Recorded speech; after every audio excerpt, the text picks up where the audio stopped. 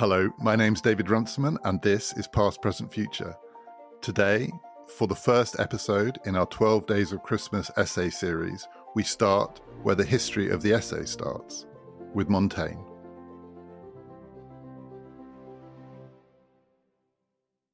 Most political philosophies sound hard, and not just difficult hard to understand, but unpleasant hard, like something hard-edged, a stick to beat people with, which is often what they turn out to be. Conservatism, Marxism, existentialism, libertarianism. Ouch. But there's one philosophy that doesn't sound like that at all. I remember the first time I heard about it, I was a student, it was a lecture, I can't actually remember what the lecture was about. I think it was something to do with 17th century philosophy.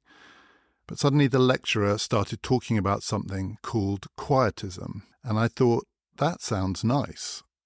The ism of leading a quiet life, quietism. Maybe that's the philosophy for me. It turned out quietism's a bit more complicated than that, and it can mean something quite technical in religion, in philosophy itself. But it does also basically mean a bit what it sounds like. The quietist is someone who doesn't believe that philosophy or thought can reorder the world, remake the world, change the world. The world is as it is. And the quietist can only order his or her thoughts and try and get in the right relation to the world, but that often involves stepping back from the world, accepting it. In that lecture, I think I remember the lecturer saying that quietism was the philosophy of both literally and metaphorically tending to your own garden. It did sound nice. But then it turns out that quietism is also a stick to beat people with. Not because the quietists are going to come and get you, they're not, that would be ridiculous, but because quietism is usually a kind of insult. Not always, but often when someone calls someone else a quietist, they're accusing them of something, of having given up, of having turned inwards. It's something self-indulgent. In the LRB's archive, and this is not an advert, but the London Review of Books does have an amazing online archive of all the essays written in the paper over the years, and you can look up anything and you will find something on anything. I searched for quietism, found maybe 50 articles that use that term, and some of them use it in a fairly gentle way to speak of someone or something as being a certain kind of peaceful response to a turbulent world. But in the vast majority of cases, it is a term of abuse. It is being used critically. These are just some of the words that go with quietism in those articles. Conservative, irritating, expedient, passive, complacent, narcissistic, indolent, creepy, dismaying, inert, cautious, embittered. Ouch. The person I'm talking about today, Montaigne, has sometimes been accused of quietism in some of these senses. Montaigne lived his adult life in the second half of the 16th century in France. It was a pretty terrible time to be alive. France during the second half of the 16th century was riven with civil wars of religion, of dynasty, and like all civil wars, they spill down into families, into neighbourhoods. The horror of civil war is not just the set-piece violence, it's the way that the violence leaks into everything, so that you never know when you're safe or who you can trust. Montaigne was an aristocrat. He came from a distinguished family. He was well known.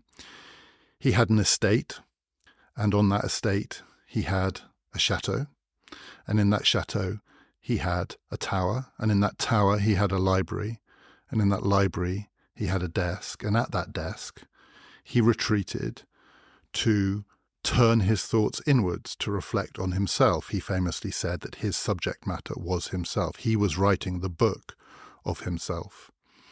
And it can look like a kind of retreat, a form of escapism, getting away from everything, looking inside, trying to make or hope that the worst of what's going on outside will leave you alone and go away, not trying to do anything about it.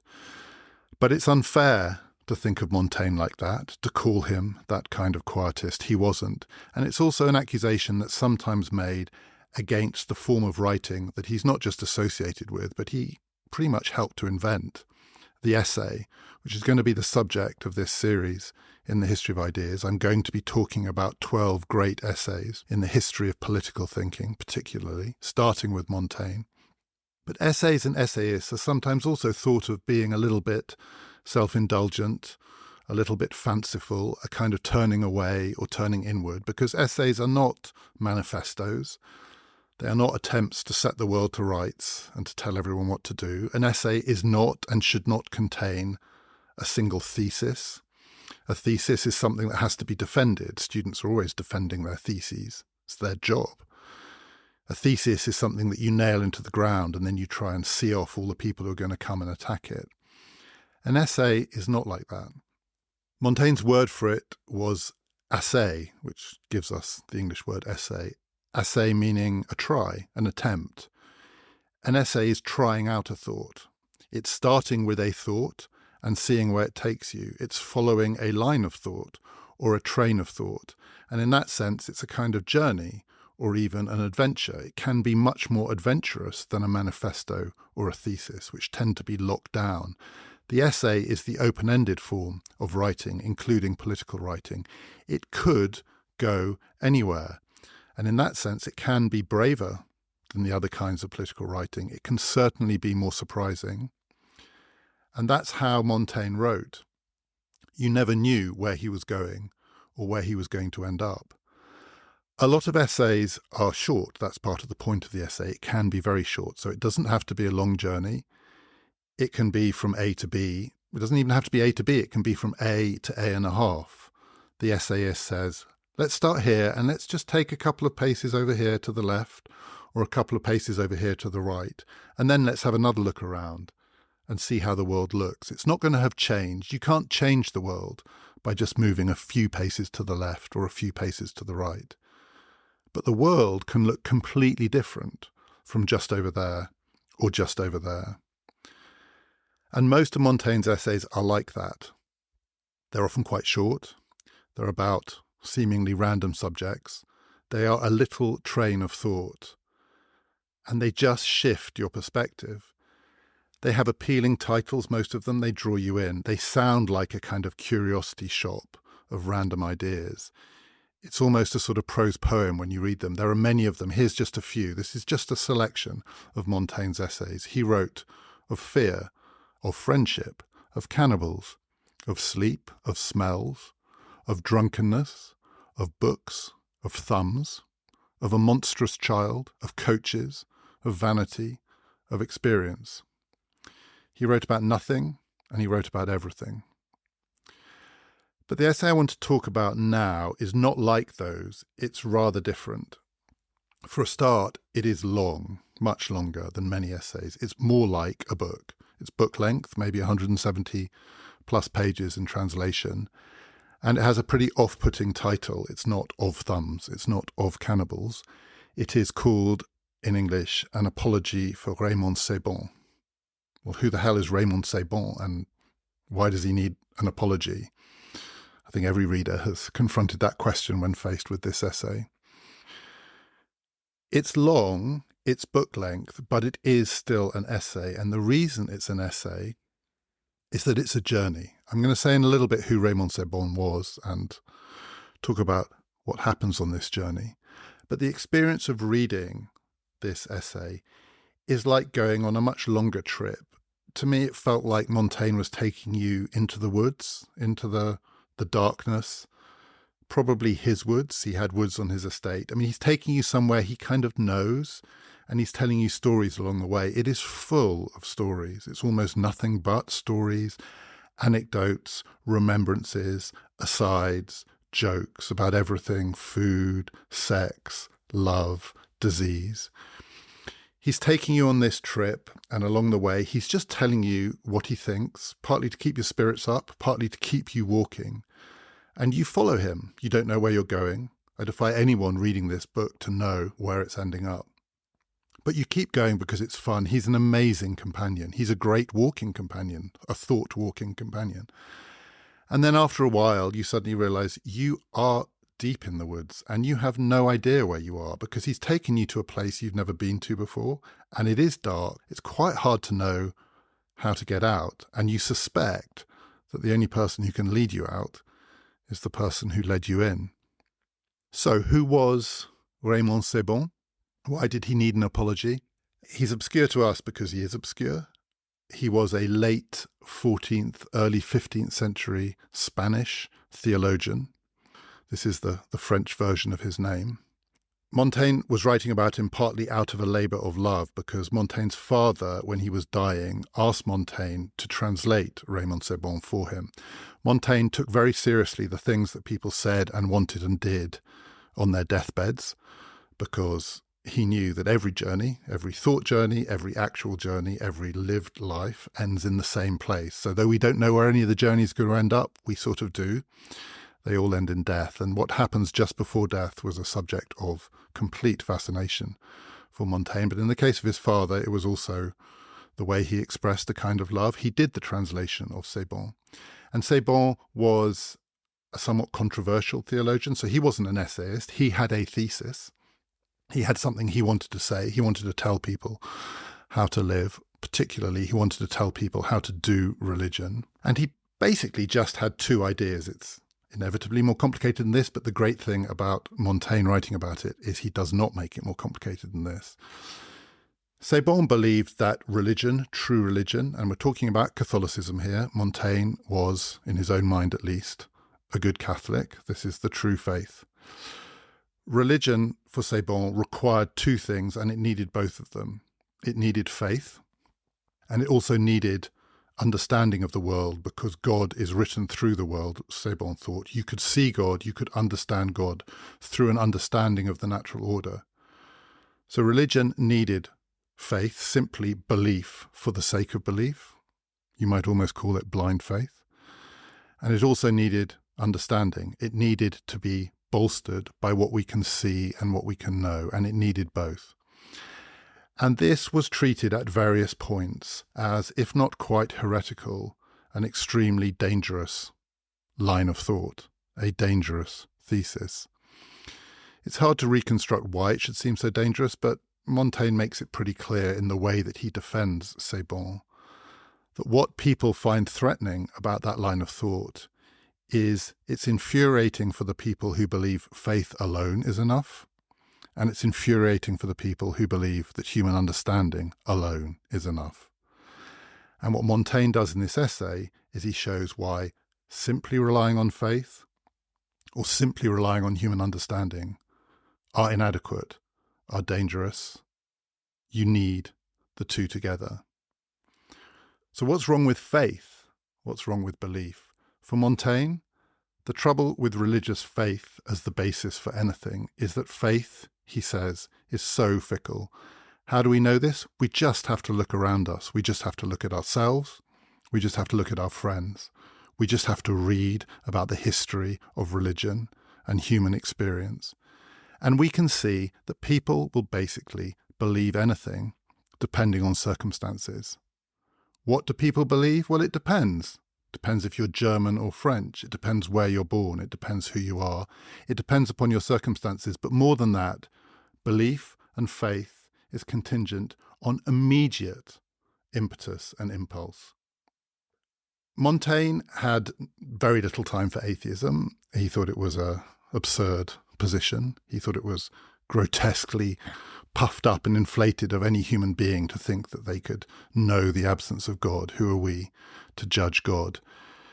And he deployed an argument that is often used against atheism, which is human beings can construct all sorts of clever arguments to prove the non-existence of God. And then when those same human beings find themselves at death's door, suddenly faith will burst out in them. So the 20th century version of this argument is the line that I think originates in the Second World War in the United States. There are no atheists in foxholes. When you think you might die in the next moment, you will pray. You will find someone or something to pray to. You will not hold on to your logical beliefs in the non-existence of God. And Montaigne thought that that was absolutely borne out by experience. As death approaches, people will start to believe. But what's so extraordinary about Montaigne is he uses that same argument against atheism and he turns it against faith. So there are no atheists in foxholes for Montaigne isn't just against atheism. It's also why you can't rely on belief to found religion, because it's so dependent on circumstances. If faith is the kind of thing that can just be conjured up because someone is trying to kill you, it doesn't really mean anything. And it doesn't even have to be fear of death. Montaigne spends a lot of time talking about disease and illness and pain. He writes quite a lot about gout, presumably from experience. And he says that when you are suffering from gout, you will basically believe anything. Philosophers can have the most elaborate, sophisticated, and well-founded thesis, credo, manifesto. Come the gout, and they'll be gibbering like the rest of us. All they want is for the pain to stop. If pain can generate faith, then faith is not a basis for anything. And incidentally, that's one of the reasons why Montaigne was adamantly opposed to torture, commonly used in the 16th century to get people to say and indeed believe what you wanted them to believe. So it's not just that under torture people will say anything, they will believe anything. You can get people to confess to crimes they haven't committed and believe they committed those crimes just to get the pain to stop. And as Montaigne says, what on earth is the point of that? What is the value of that kind of faith? Faith isn't enough. Reason, human understanding, experience, book reading, knowledge of the world, looking into ourselves, being honest with ourselves about what we believe when we're suffering. It'll teach us all that. So it sounds like Montaigne is making an argument from human experience and human understanding, and he wants to justify the true religion. So why doesn't he go down the other route and say that if we're looking for God, we need to base our understanding of God not on something as fickle as faith, but on something as grounded as our knowledge of the world, and find God out there in the world, in the order of things.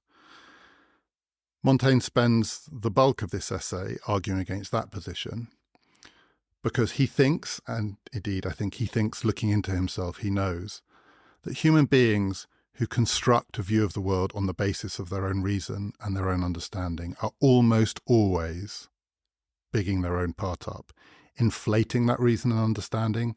It's usually a kind of vanity project. Who on earth are we, humans, to think that we can understand God? You can't do it through faith, but you also can't do it through reason, because reason on its own is a kind of vanity. One of the phrases from classical literature that Montaigne constantly rails against is the idea that man is the measure of things, of all things, that we can understand the world through ourselves and our own experiences. And Montaigne says this is absurd. Just look at us. Just look at who we are. We understand almost nothing. We're people who will believe anything if we have an attack of gout. And that includes the philosophers. That includes Plato or Socrates with the gout. The idea that creatures like us are capable of knowing God is ridiculous. What we should know is the profound limits of our own ability to reason clearly and coherently. We are constantly being knocked off course. The position that Montaigne adopts is sometimes associated with another ism, which is skepticism. And Montaigne is often, more often than being described as a quietist, he's described as a kind of skeptic. He writes quite a lot about skepticism, but he's wary of skepticism too. He's wary of all of it. He's basically wary of all the isms, even the ism of doubt, even the ism that says human beings don't know what they're talking about, because it can become dogmatic. Any position can become dogmatic. Atheism can be dogmatic. Faith can be dogmatic. Skepticism can be dogmatic. There is a particular kind of skepticism, and just one kind, that Montaigne approves of and indeed tries to adopt. It's called Pyrrhonian skepticism. It comes from classical thought.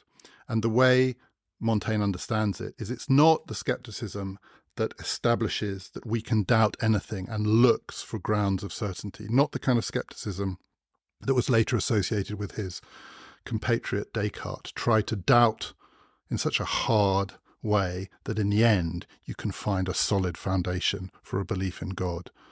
For Montaigne, that's just human ridiculousness.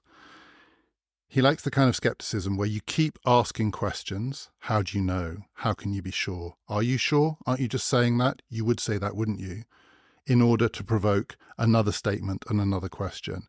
It's the skepticism of a conversation, which is a kind of journey. And that's how Montaigne constructs it. This is his own language. You keep asking doubting questions to keep the conversation moving so that you're never fixed in one place.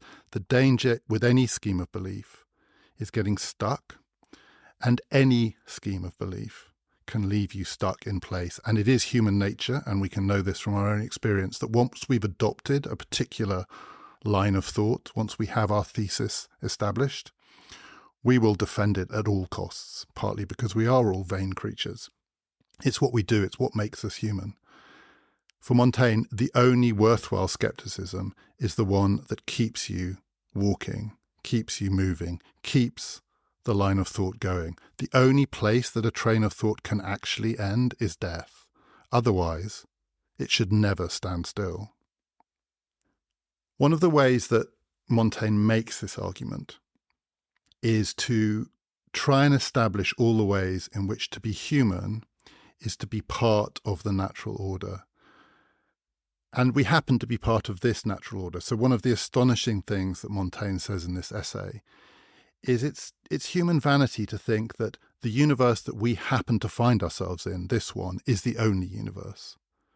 It seems very unlikely that there's just one universe. God, after all, could make endless universes. There may well be, Montaigne says, multiple different universes. This is just one among many, and it happens to be the one that we're in. How dare we assume that we're the ones who can understand universal truths simply from the basis of the one that we happen to be in? And he says, look where we are in the universe.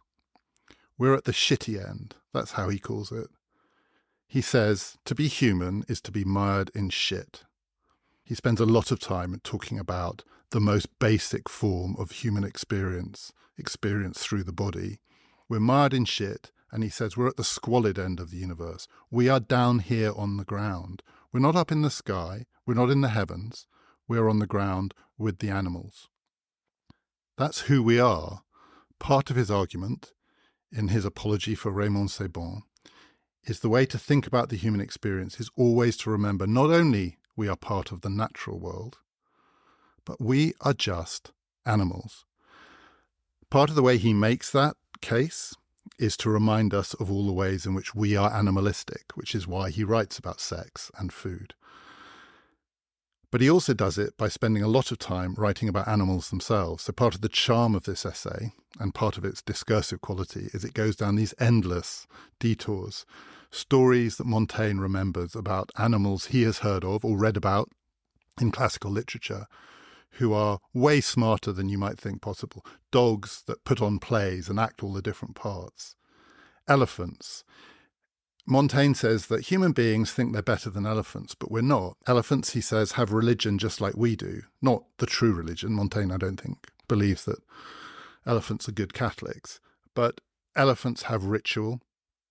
Elephants seem to relate to each other in ways that show that they value certain kinds of symbolic behaviour. I'm not 100% sure what he means when he says elephants have religion, but he seems to believe it. We think we're better than them, but they have religion, we have religion. What's the difference between us and them? Well, we fight wars and try to kill each other, and they don't. Elephants don't fight wars, and we do. Elephants do have religion, so how on earth can we think we're better than elephants? And Montaigne knows that one response to that sort of doubt, is to say, yeah, but we still tell the elephants what to do. So you might say elephants don't fight wars, but they do fight wars. They fight in our wars. Hannibal led the elephants over the mountains. The elephants served Hannibal. Hannibal didn't serve the elephants. Elephants never organize us. We organize them. Surely in the hierarchy of nature, we are above them. And Montaigne just says, no, we're not. And part of the evidence that he gives for this, and it's based, again, on personal experience, he says, look at the way people treat horses. He knows many people who treat horses in a way that makes it feel like they would do anything for their horses. If you look at the way they behave around their horses, they seem to love them, but also they seem to serve them. They are at their beck and call. They're the humans are the ones who are getting up early to clean out the horses. The horses aren't getting up early to clean out the humans. But worse than that, people who say, we're human, we somehow stand above the natural world, not only treat horses as though the horses were in charge, they mistreat humans for the sake of the horses. So Montaigne says, look at the way a wealthy man looks after his horses, and then look at the way he treats his stable boys, and then tell me that he values the human over the animal. As Montaigne said, we think we're playing with our cats. How do we know our cats aren't playing with us? What's the political lesson of all of this? How should we live? Montaigne is sometimes treated as a kind of self-help writer, that this way of thinking should be a guide to how we should behave in particular circumstances. And he is a little bit like that, but it's not really self-help, because he never wants to pin things down to that extent. So this is not the kind of self-help that tells you this is what you should do, this is how you should kind of cement your well-being. This is not a well-being manual. At one point, Montaigne says, if you're healthy, don't go on a diet, because health is random. I mean, you're healthy not because of any virtue of your own. It's just chance. You're a lucky person. Enjoy your luck. One of the themes of Montaigne's writing is enjoy your luck. When things are going well, don't make them go worse for you in order to hold on to the fact that they're going well, because you can't control it in the end. You can diet all you like. You're not going to be in charge of your own body. If you're healthy, enjoy it. Only diet for a reason. I guess it's a kind of self-help, but it's much more contingent than these are the 8 rules for living. But weirdly, it is a kind of guide to politics. It's not explicit. It's not explicit in this essay. It's not really explicit in Montaigne's writings. He does write quite a lot about politics, and of course, he writes about and recognizes the chaos that's going on around him. The backdrop of civil violence informs a lot of Montaigne's writing, which is one of the reasons why it's ridiculous to accuse him of just sort of turning inward. But there is an implicit temperamental assumption about how you should adjust yourself to the kind of world that Montaigne finds himself living in. So he's living in a world of passion, passionate argument, millenarian argument. Politics has become about damnation and salvation. People are willing to kill. People are willing to die for the sake of their beliefs. Tribes are formed around doctrines and ideas and manifestos and faith and reason. And these tribes are entrenched. And as Montaigne says, once people believe something, they will do anything to reinforce that belief. But they're not in control of the belief. The belief is in control of them. One of the great fallacies, Montaigne thinks, in politics is believing that if you get the right argument, you can control the situation, that a good argument will give you a kind of mastery of the contingency in which you find yourself. The opposite, he thinks, is true. You don't control the argument. The argument controls you. You end up behaving in ways that allow you to defend that, whether or not you still believe in it. But also, Montaigne says, just look at the way people do actually position themselves in relation to these all-or-nothing salvation or damnation beliefs. He says, look at what people believe this year, and then look at what they believed last year, and then imagine what they will believe next year. He doesn't quite say, imagine them with gout, but the implication is, none of this is fixed. All of it is fickle. Millenarian politics is as fickle as anything. All-or-nothing politics doesn't fix anything. What's the advice? Don't get caught up in enthusiasms. At least remember that the most enthusiastic, dogmatic people are often also the most fickle. Don't believe that all-or-nothing arguments can be settled in all-or-nothing terms. Remember that this too will probably pass. So one of the things that Montaigne says that turned out to be true in the midst of these terrible civil wars that seemed to threaten to destroy everything, not just to destroy France, but to destroy the possibility of human life, decent human life. Everything seemed to be at stake, and at various points, catastrophe seemed round the corner. Montaigne says, will it look like that in 100 years? Will it look like that in 200 years? Some of this will subside. No human beings can sustain this level of intensity forever. And these arguments, eventually, over time, won't look so all or nothing. Indeed, there will come a point, looking back, where it will be hard to reconstruct just why people thought that they should kill and die for these beliefs. When you're in the middle of them, it's almost impossible to remember that it might not be all about this. But when you have sufficient distance from any doctrinal conflict, from any political violence, you can ask the question, did they really think it mattered that much?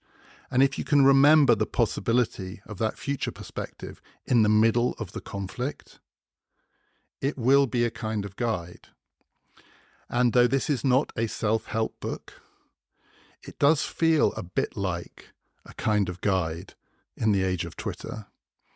It does feel like a guide at a time we're not in the middle of civil war, not even in the United States, but when political passions run so high. But the things that people believed 2 years ago, 3 years ago, 5 years ago are not necessarily what they believe today. And the all or nothing willingness to defend a person, a creed, a set of beliefs does look more fickle if you can just take one step back. But it also, of course, means taking one step back from your own involvement in this. So it is a kind of suggestion that full immersive involvement in millenarian politics is dangerous, but also not just bad for you, but potentially bad for everyone. It's where the accusation of quietism maybe comes in.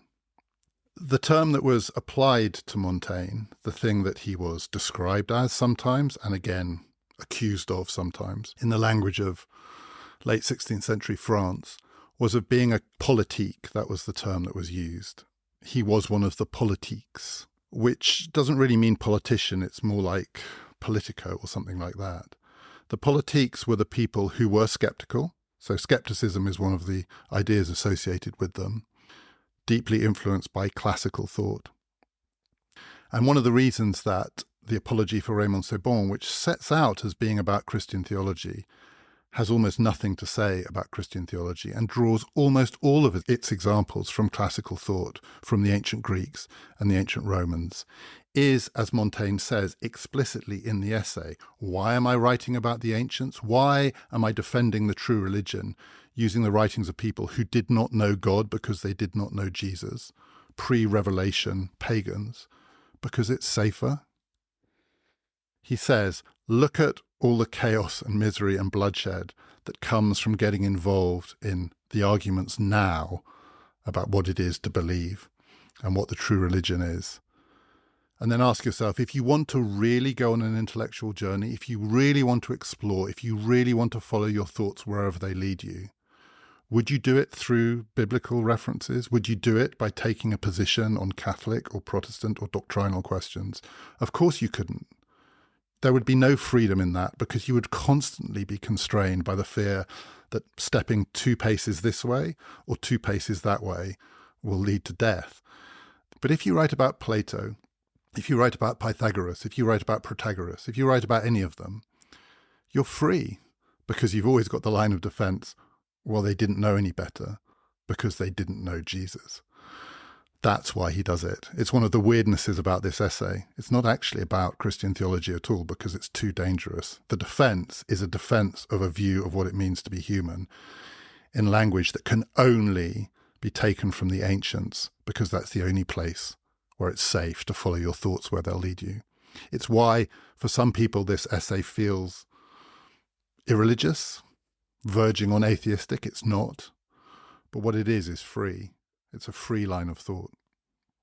So the politiques drew heavily on ancient skepticism, but what they were associated with was not getting swept up in the all or nothing arguments, in the death traps of late 16th century theological politics. They were the pragmatists. They were the ones who tried to make politics organized around principles of safety and security, or even reason of state, trying to keep a kind of order amidst the chaos. And for that reason, to be a politique tended to be accused of one of two things. There are two reasons in an age like that to be suspicious of the people who do a kind of pragmatic politico-politics.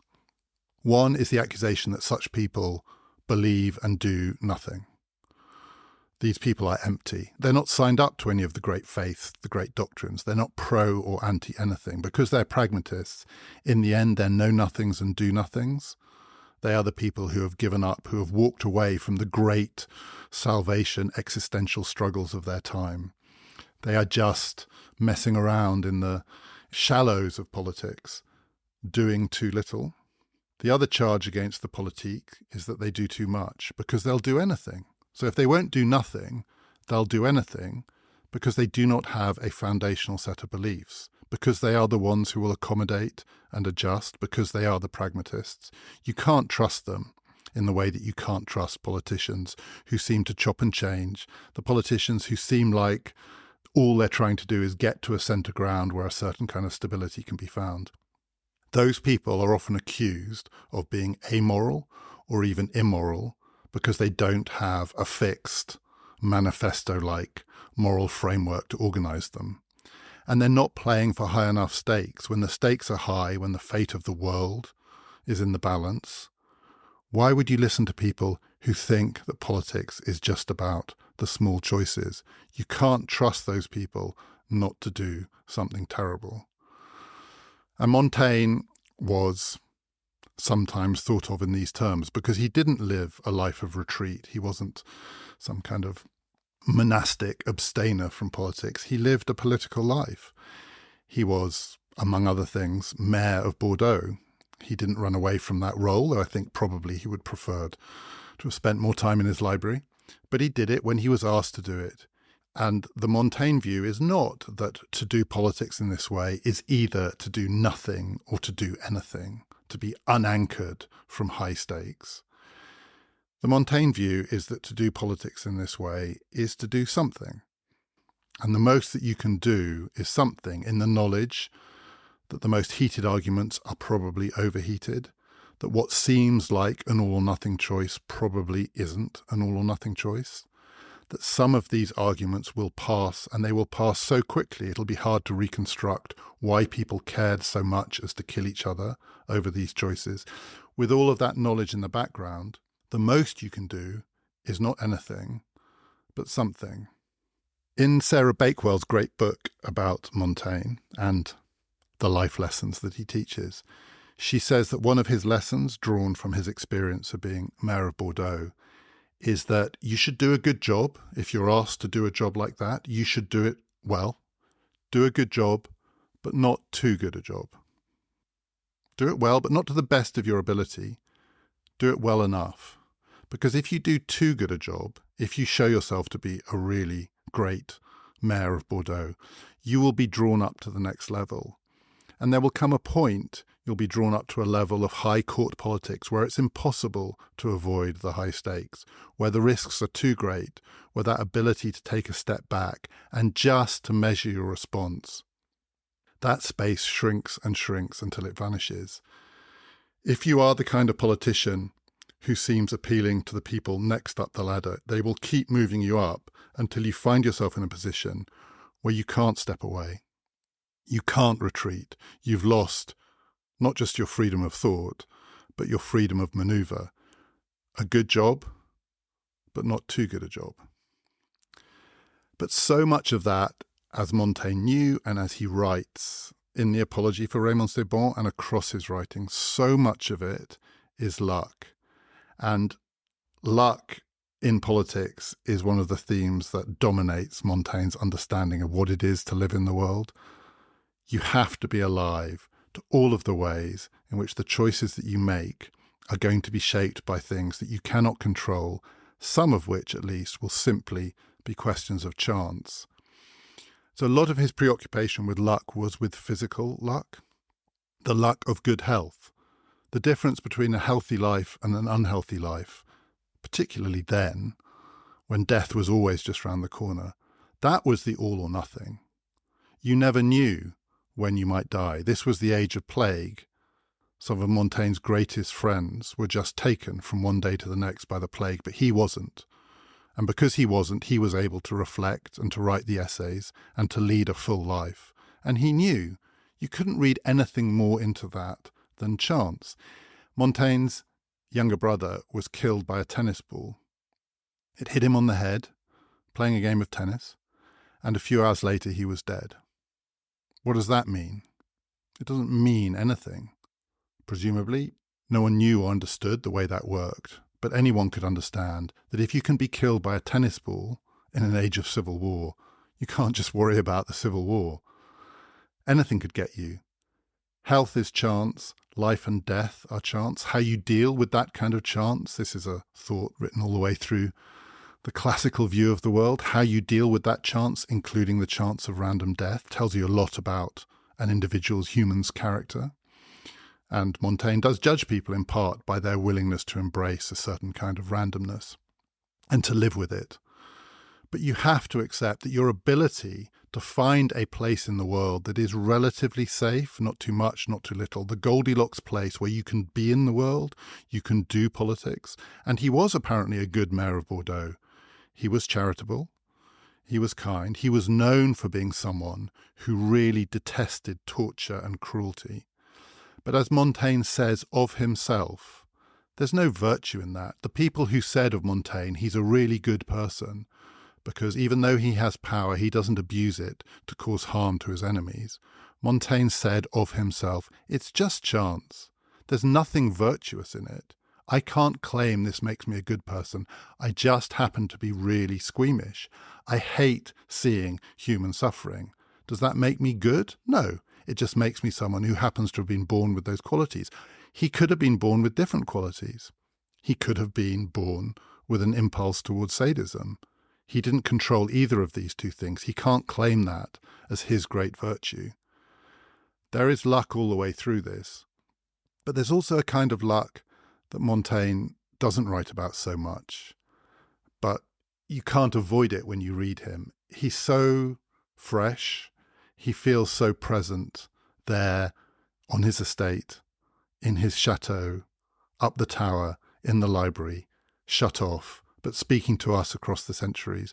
I think everyone, or almost everyone, who reads Montaigne is taken aback, not just by how conversational it is, but the way in which it does feel like he's talking to the reader, and the reader is you. You really feel like you are there with him on that journey.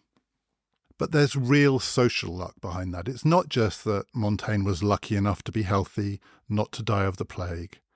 He was lucky to be a man. I mean, that's biological luck, but it's also a kind of social luck in a society where to be a man was to have the opportunity to lead the kind of life he led, with some public roles, but also with the privilege and the privacy of the tower and the library and the desk. It's very hard to imagine, not impossible, but very hard to imagine that life being led by a woman. But more than that, he was well off. He had his estate and his castle and all the rest. He had his books.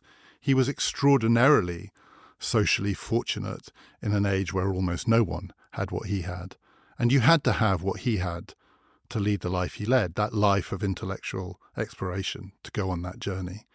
And the least appealing part of Montaigne, and it's there in the Apology for Raymond Sebon, are the points where he tries to say it's kind of miserable being rich and smart, partly because you're going to get drawn into politics and you're going to get sucked into these arguments that you don't want to be a part of, but partly because it's miserable when we're just all animals, really, to be given these kind of puffed up human choices, to be one of those human beings who's expected to somehow live in the world as though we were masters of our own destiny, as though we were capable of shaping not just our own lives, but the world around us. To be one of those people is a recipe for misery. It's much better, Montaigne says, to be one of the simple people. And he says it over and over again. Better to be a peasant, better to be a washerwoman, better to be a ploughman. Better not to have those choices, those intellectual choices. Better to be fixed in place. In an age where most people, the vast majority of people, were born, lived and died within 10 miles of the same spot. Better not to go on these journeys because it's a happier life, it's a simpler life. You will not be tortured by human vanity if your space is so determined for you that there is no scope for thinking that you might rise above it. Montaigne says over and over again, the great failing of human beings and human nature is our impulse to think we can rise above being human. We should be suspicious of all schemes that say there's a way of being human and something more than human. When I was reading this, the thing it made me think about was AI. And Montaigne is not talking about this at all, but when he's writing about animals and the way that human beings think they're in charge of animals but actually are doing their bidding, I thought of intelligent machines. And I also thought of all those schemes from Bitcoin up or down, where people say there's a kind of human creativity and ingenuity that allows us to emancipate ourselves from the fickleness of the human condition. And Montaigne says none of those schemes will work because they will either be inhuman, and who wants that, or they will be all too human, and then they won't have freed us from anything. Montaigne knew all of this, and for that reason, he thought the best way not to be tempted to rise above the basic human condition was to live a human life where that option was removed from you. He says at one point, better to be a ploughman than a university rector, because all the ploughmen he's known have been much happier people. So I've known a few university rectors, people who run universities, and it's true some of them have seemed fairly miserable. I don't think it's much of a fun job, though some of them have absolutely loved it. But better to be a ploughman. There are two things about that just don't feel right. And when Montaigne says it, it doesn't come across. The first is that the point of his way of writing and his way of telling stories is that they are a journey, an open-ended journey. And here he is saying, better not to take a step at all, better to be fixed in place. He writes about the world that makes you believe that the best thing you can do is just keep moving, not moving in a way because you're trying to find the Holy Grail, the spot that you can finally rest where everything will be all right. There is no spot, it ends in death. But if you keep moving, the world will keep looking a bit different, and that will remind you who you are. You will place yourself in the world better if you do not fix yourself in place. You will have a better relationship to the world and the people around you. And yet here he is saying, better not to make the journey at all. I don't believe it. And also you have to ask the question, he says that, but would he swap? Would he really swap? If you could say to Montaigne, you can have this life again, without the chateau, without the tower, without the library, without the desk, without the essays, the nice simple life of the washerwoman, of the ploughman. Would he swap? Would he give up the journey? Would he give up the experience of having walked through the woods and seen all the amazing things that are out there and heard all of the stories and been troubled by them? Would he give up his good fortune? Who knows, but I doubt it. And when you read this essay, The Apology for Raymond Sebon, and it's late on in the essay that he starts to say, better the simple life than all of this complexity, better the simple life than the philosophers. Philosophers, he says, are terrible at knowing where they are. Philosophers never understand their neighbours because their heads are in the clouds and they're always looking up when they should be looking around them. This is true. But does that mean that therefore the philosophers want to swap places? Or is there a better way, a different way of being a philosopher? As you go on this journey with him and you find yourself deep in the woods, and then he says to you, better not to have come with me at all. Better to have been back out there. It's dangerous in these woods. You don't know who you are or where you are. It's really disorientating. Let's go back.